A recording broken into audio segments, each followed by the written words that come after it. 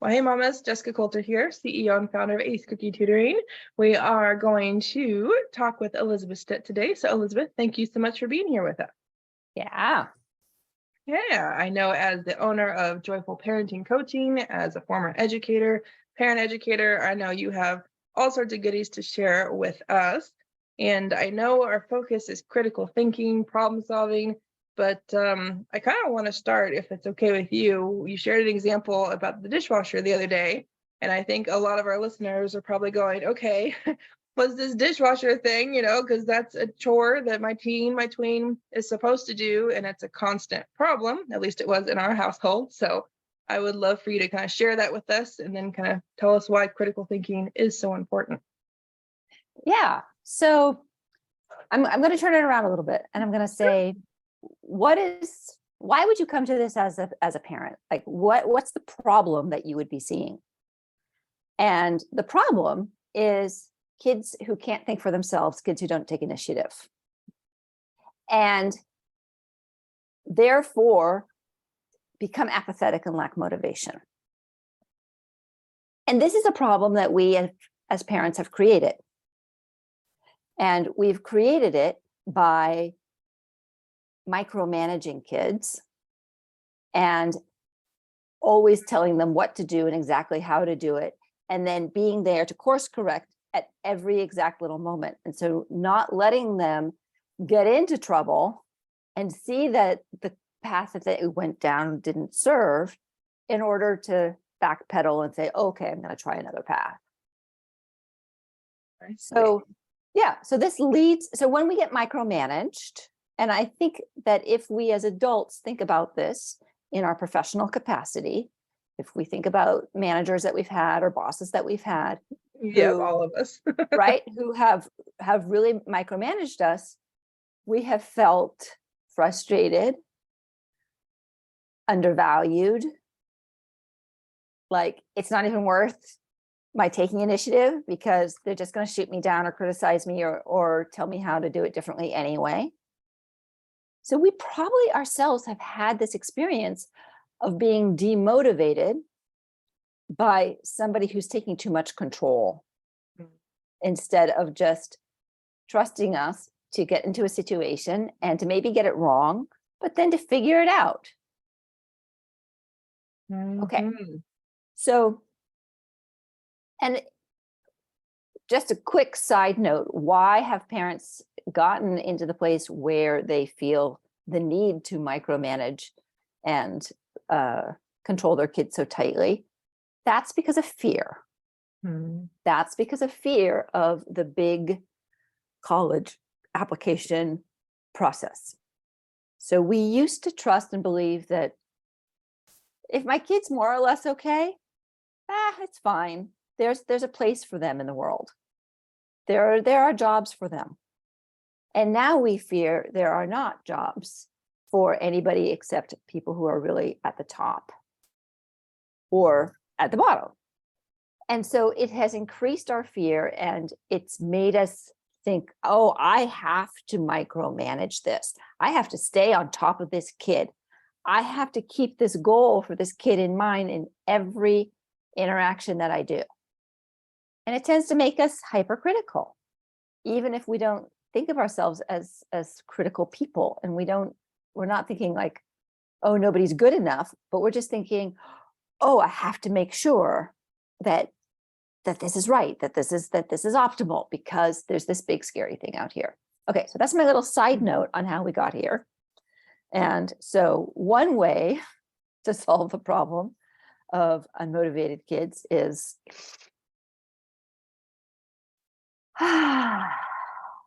to have some faith and to trust that one of the good things about living in the United States is that there really are a lot of different paths to success, and it doesn't have to all look the same way.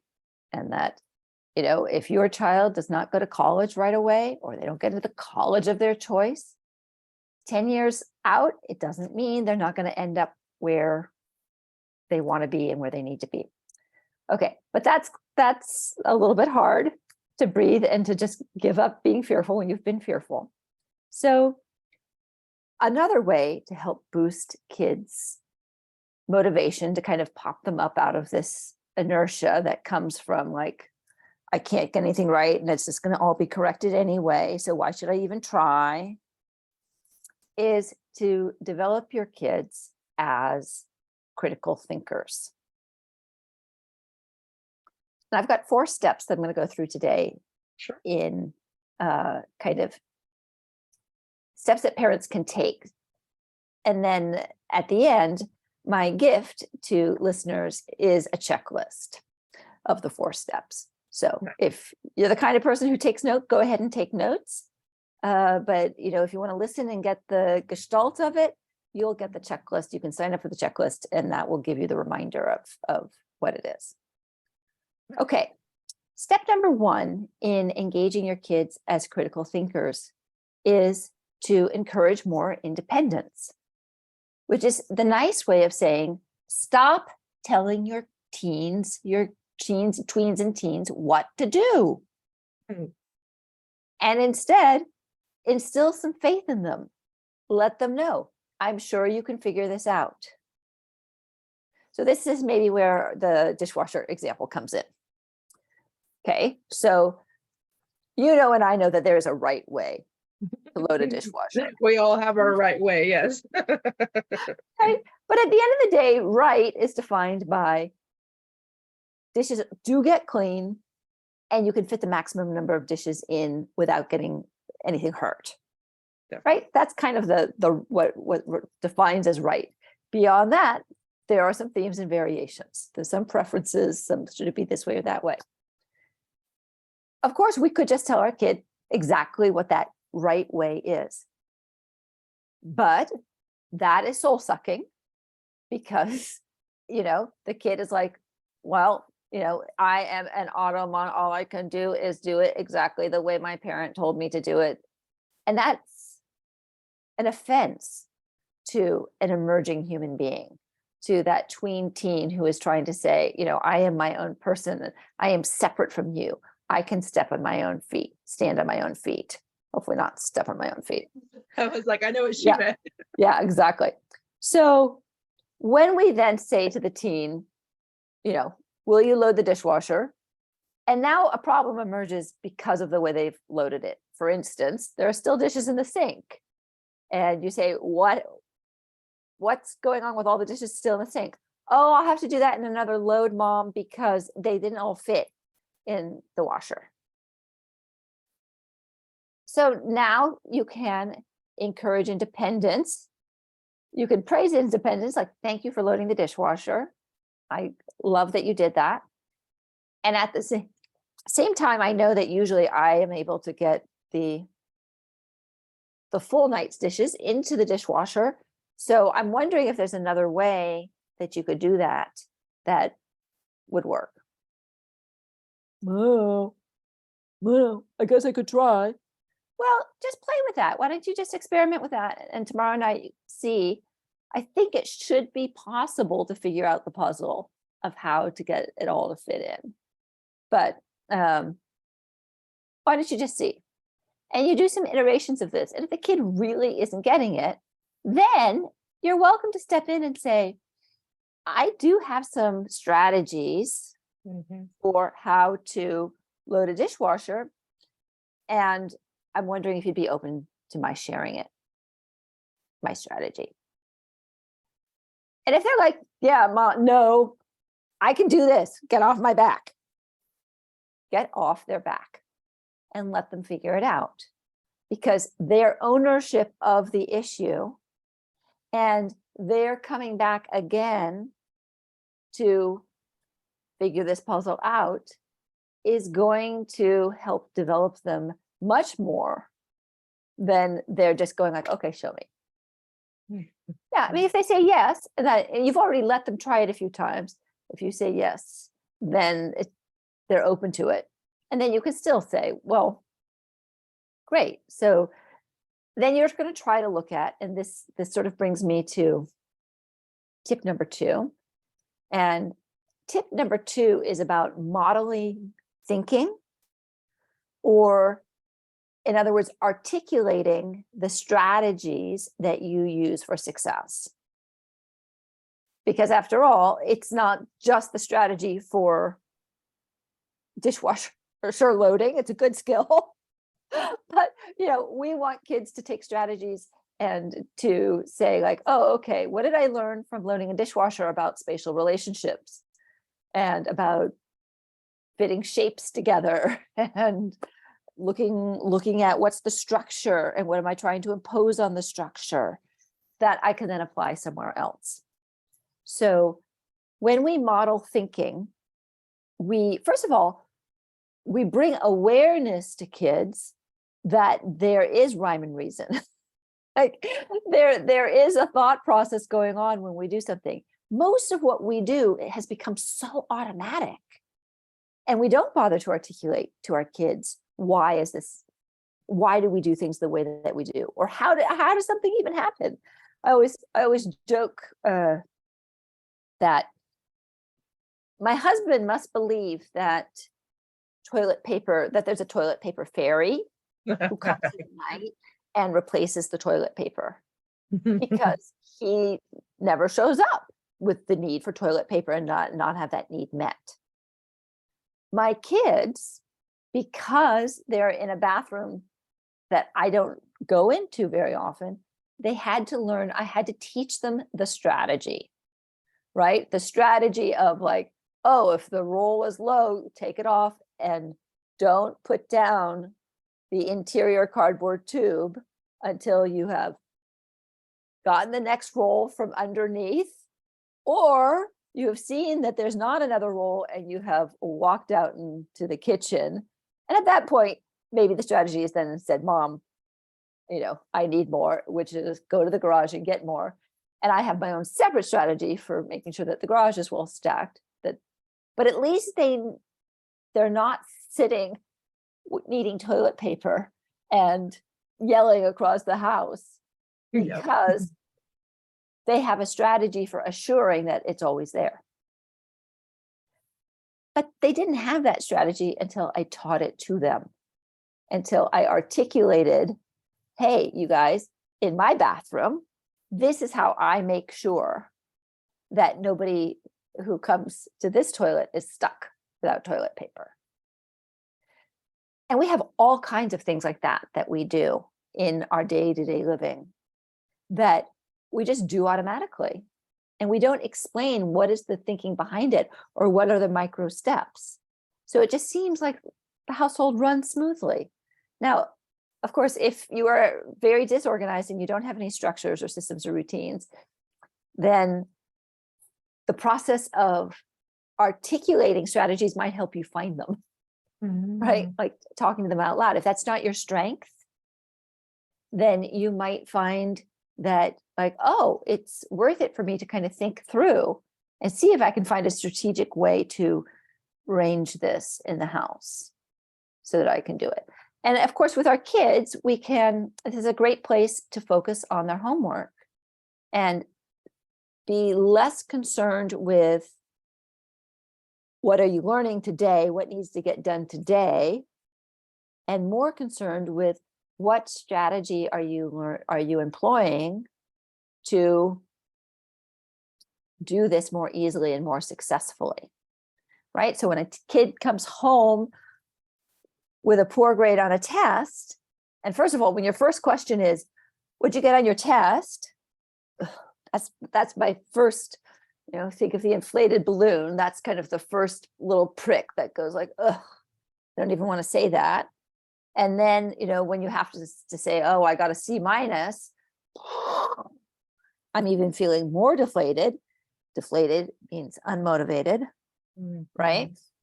So when instead, as a parent, I say, hey, did you get your test back? What strategy did you use that was successful for that test? And if they're like, none, I got a C-, then I'd say, well, C- is 70%. That means 70% of what you did was successful. So what strategies did you use to be 70% successful? Mhm. And now we can kind of, well, I reviewed it last night, or I put it on note cards, then when you identify that, and so you kind of make that metacognitive connection of like, yes, that's a strategy, right? That is a concrete action that you took in one place that you can go take in another place. So when we model it ourselves, then we can, and again, I'm kind of overlapping on my ideas, because my third step to engaging your kids as critical thinkers is to ask open-ended questions. So what did you do that got you to 70%? What did you do that got you 70% success? Like, that wasn't random. That wasn't nothing. You did something. Mhm.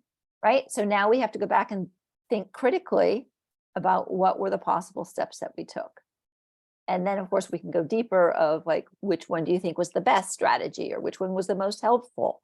Which one do you want to try again next time? And by the way, that's my favorite parenting question is, what's your plan for? So at that dishwasher, I might say, what's your plan for getting all of the dishes to fit into the dishwasher? I don't know. Well, if you did know, what would your plan be for getting it into the dishwasher? And that, if nothing else, is going to begin to have a kid reaching for a strategy. So, that might be that first step that makes them go like, well, I'm going to put like things together so that they fit in nicely next to each other. Right? So open-ended questions really are critical for critical thinking. They are key to critical thinking. Okay. And then what's the last step, number 4? Step number 4 is, sorry, just something in my throat here. Give me just a minute. Sure.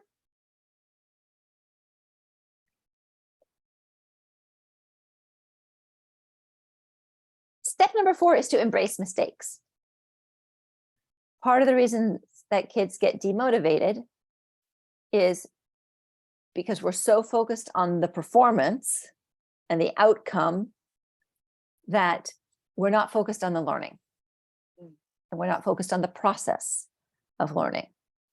So when, as parents, we can, come to a student and say, you got a C-, high five. That's fabulous. What did you learn about taking a test that you didn't know before? Let's look at this. Let's look at where there's opportunity for upgrade, where you can focus on something different next time. You can take a different strategy or a different approach. So when we really celebrate a mistake, we allow a child to go like, oh yeah, this was just one iteration. And I'm going to get another, there's going to be another test. I'm going to get another chance to do this. That brings flow, and flow invites the brain to think creatively and to invite the brains to look at things from different points, to try different things, to become more flexible. And instead of just like, I can't do this, we open the child up to the idea that like, oh, where's another way to approach this? Like, I could do this. How else might I do it? Wow. I'm so happy to hear we agree on so many things, Elizabeth. I mean, yes, listening to your I know. steps, In talking to you, I know I'm preaching to the choir. I just like hearing it. I mean, you're talking about strategies and the idea of what works, what doesn't work. I'm like, okay, this is the perfect time of year, like going into a new semester, the idea of so many opportunities. I mean, the idea of independence, because goodness, I mean, there's a reason it's part of my Love to Learn program is literally self-advocacy, because how can students kind of be accountable for themselves and do what they need to do, get what they need to do. So, And, Jessica, you and I both know that there are kids who struggle with those executive functioning skills. And sometimes it is necessary for the parents to act as the executive functioning center for some learners. And at the same time, and I say this with 25 years of mostly middle school teaching, so really thinking about those middle school kids, in my opinion, there's nothing, with the possible exception of the math sequence, there's nothing you learn in middle school that is particularly important in terms of the discrete facts or information. Really, what you're doing is learning about who you are as a learner and how to be a better learner and how to do school. Like if you haven't figured out how to do school in elementary school, how to do school. And we middle school teachers are a very strange breed. We're all a little weird. And lots of times kids perceive us as being very mean, unfair, strict. That's one perspective. Another perspective is you have these 3 years where grades do not count at all to experience getting a 0 on a paper because you didn't put your name on it. Right? Well, that seems mean and unnecessary. And I've had plenty of parents come and say, aren't you just, like, you're supposed to encourage learning, and how can anything encourage learning? Like, if you won't even look at it, if you don't even get a grade. And I'll be like, I am more than happy to look at it. I am more than happy to give feedback on it. I'm more than happy to assign it a grade, but it's still a 0 in my grade book. And that's not because I'm mean. It's not, it might be because I'm strict, but really it's because the most important lesson here was learn to put your name on something when you turn it in, right? Like that was actually the most important learning that was going on here today. So, it's, we have to kind of balance it back and forth. Sometimes it is the learning, it's just a child feeling like they're making progress in understanding a concept or something. And sometimes it's just let's practice that executive functioning muscle and see what we can do with that. Definitely. No, I always tell parents when they ask me, what's the age that they should start learning these study skills? What's the age, they should go through your program? And my answer is always middle school. I mean, for this district I lived in for a few years, middle school is 5 through 8. And I honestly don't know where it is. I just moved and I haven't really explored the schools yet. And I got to tell you that for me, 7th grade, that is the sweet spot, because by 8th grade, I mean, at 8th grade or the end of it, they should hopefully, know how they learn, what their learning style is, what their preferences are. So that way, when they get to high school, it's not oh my goodness, they're how am I off and supposed running. to do this? It's okay, new teachers, new friends, a new building, that's okay. And that's the only concern, because they already have all the strategies. But yeah, in middle school, I'm like, that's the perfect time to practice. I mean, it always hurts me a little bit, Elizabeth, when I hear people say the grades don't matter, because for me, being a straight A student since 4th grade, I'm like, they always mattered. But I know for transcripts and going into college and next steps, doesn't truly matter, not as much. But yeah, unfortunately, when people think that way, I feel like sometimes students blow off what they're supposed to be learning instead of realizing how valuable middle school is to everything. It's just incumbent upon us then as the adults to make it clear to them that all this other learning that you're doing does matter.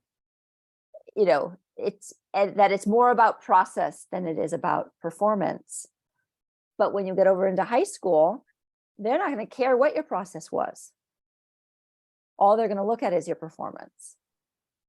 So we want to have the process mastered Definitely. in 6th, 7th, and 8th, so Mhm. that you have that foundation and all those skills.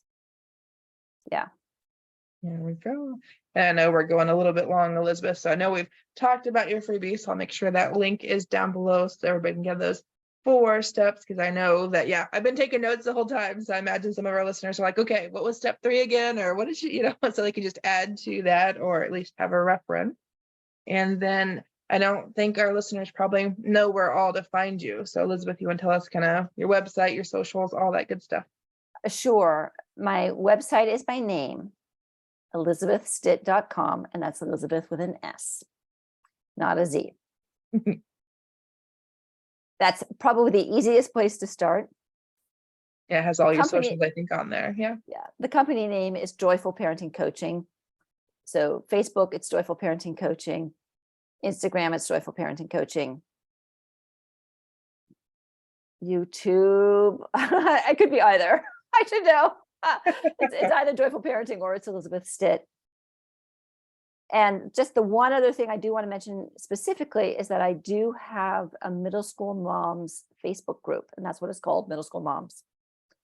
And if you're a middle school mom, it is a really valuable resource with parents popping in daily saying, hey, what do you think of this? Or this is what is happening with my kid. What should I do about it? Or just looking to vent. Definitely. So it's a very rich environment that's people really appreciate. Wonderful. And I know I've learned a lot, and I'm just thinking to myself, I'm like, okay, I wasn't maybe going yes every time, but I was thinking it. I was. Oh goodness. So thank you so much for your time, and mamas that are watching, thank you so much, and we'll see you in our next interview. Bye everybody.